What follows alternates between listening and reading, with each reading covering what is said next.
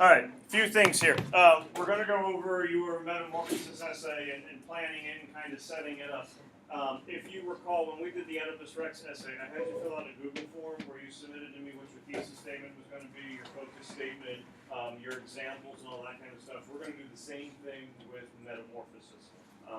The due date for you submitting that brainstorm, as long as you get it into me by Sunday, you are okay. Now, you might be able to walk out of here and have it done before you leave, and that would be good. But if you don't finish it today in class, you certainly would be able to finish it over the course of the weekend. So if you do start working on the Google form, but you don't finish it because it's in form, it doesn't save. Don't eat your keyboard. Okay, lunch is in about like half an hour. It'll be okay. Probably. Mine's like 2 hours away. So your Google form you're going to submit by tonight, but you might want to start with like brainstorming, handwriting some things on here, like so far as your page numbers and where your quotes are going to be, so that when you go to type in the Google form, you have everything that you need at once. Next week, on Monday, you are not going to get vocab list number 5. That's because next week on Friday, you're going to have a vocabulary test. All words that we have gone over, lists 1, 2, 3, and 4, you're going to have on a vocabulary test next Friday. So you don't have new definitions that you need to worry about, but you do want to kind of look over your old ones, and certainly you can look through the Quizlet links if you would want for it. The way that vocab test is going to be set up, however, is all 40 words will be on there. So will this word from list 1 be on there? Yes. And list 2, and list 3, and list 4. They'll be grouped into 5, and you'll be matching words with definitions.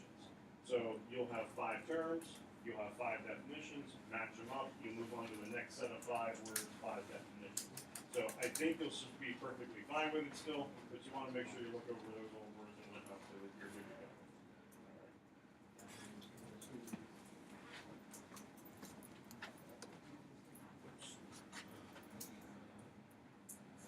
go. So if you look on Google Classroom now, you got two new postings that are there, 2 assignments. We have the Metamorphosis essay assignment. This has the template, the essay, and turnitin.com. The other thing that is posted on there is going to be the brainstorming sheet. This has the Google form to it. I want to take a look at the essay assignment first. So you have the paper in front of you. You could also click on the attachment for it, but for the analysis essay that we have. Yesterday, we were going over possible themes. So you have the 4 themes. A 5th option would be if there's a student choice. So if there is a theme idea that you want to write about that we have not included, I'm okay with it, just so long as you approve it with me. On your Google form, it's going to ask which theme do you want to complete. You'll check them off. One of the options is student choice, and then you just have to fill in what you would want that theme to be. But if you were to do struggle, personal identity, expectations of society or family, alienation, dehumanization, we were talking about all this in the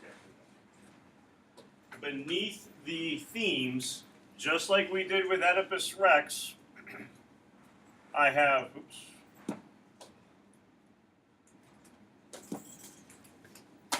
a thesis statement for you, and I have a focus statement.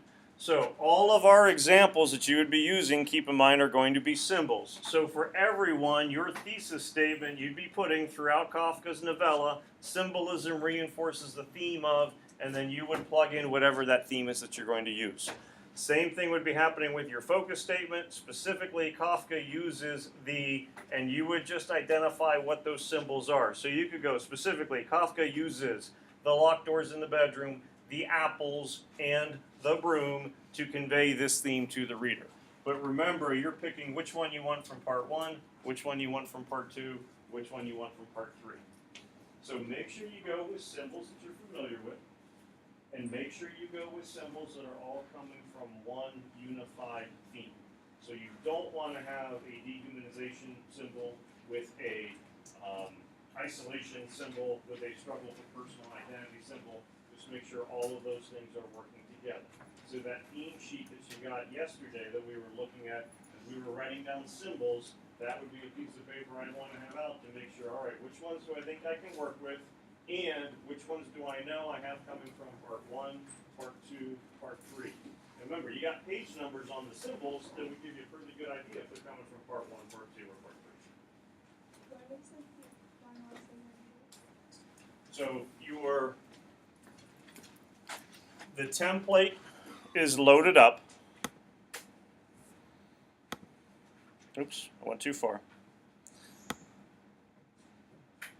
Template is loaded up. Pretty much looks very similar to what we did with Metamorphosis. I highlighted some things just so I thought it would be a little bit easier for you folks to read and see with what's going on.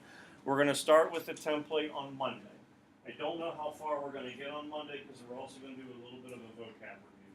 So I'm going to give you a Monday and Tuesday of next week to do the introduction. And then the rest of the week will be taking care of body paragraphs. Next weekend, remember, is your 4-day weekend. You get through 5 days next week, then you have a short week. When we come back on that short week, we'll finish off the conclusion. We'll spend a day revising the essay, doing the checklist. That Friday is when you would have to submit. So I think that Friday is November the 9th. Right?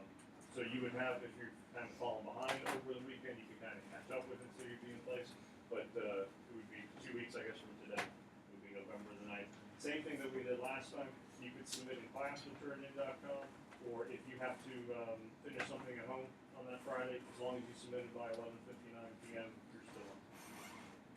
Well, we'll do the exact same thing where you start writing in your introduction. I'll give you feedback. I'll give you comments so that you can make those changes and whatnot that you need to as you get into your revised copies and whatnot. The setup so far as the way that your essay is going to be set up is no different from anything that we've done. We're still doing the attention grabber. We're still doing our transition, background. I didn't change anything with the simple, compound, complex sentences. The part on your introduction, I think that people kind of were struggling with the most was probably the attention grabber when we did that the first time. Whatever your theme is, that's what your attention grabber is going to connect with. So if you're doing a theme of alienation, you're going to want to introduce alienation as kind of like that concept, that idea that you're going to introduce the essay with.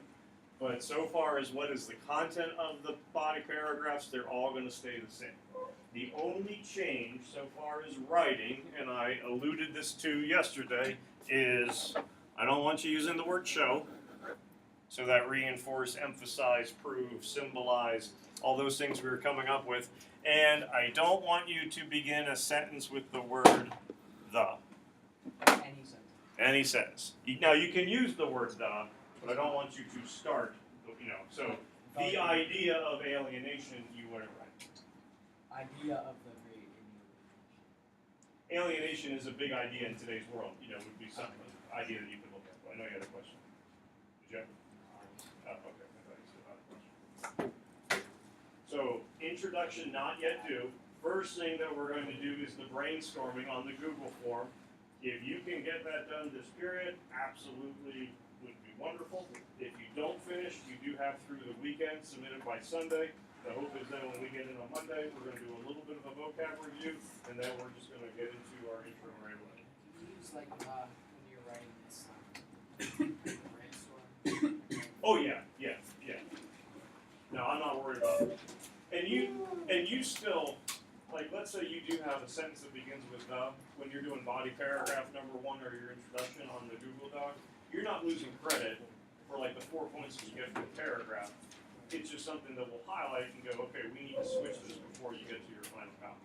Same thing with the word show. So if you're stuck with the word show, you can still use it. It'd be my job to go, Nate, don't use the word show. And don't eat your keyboard.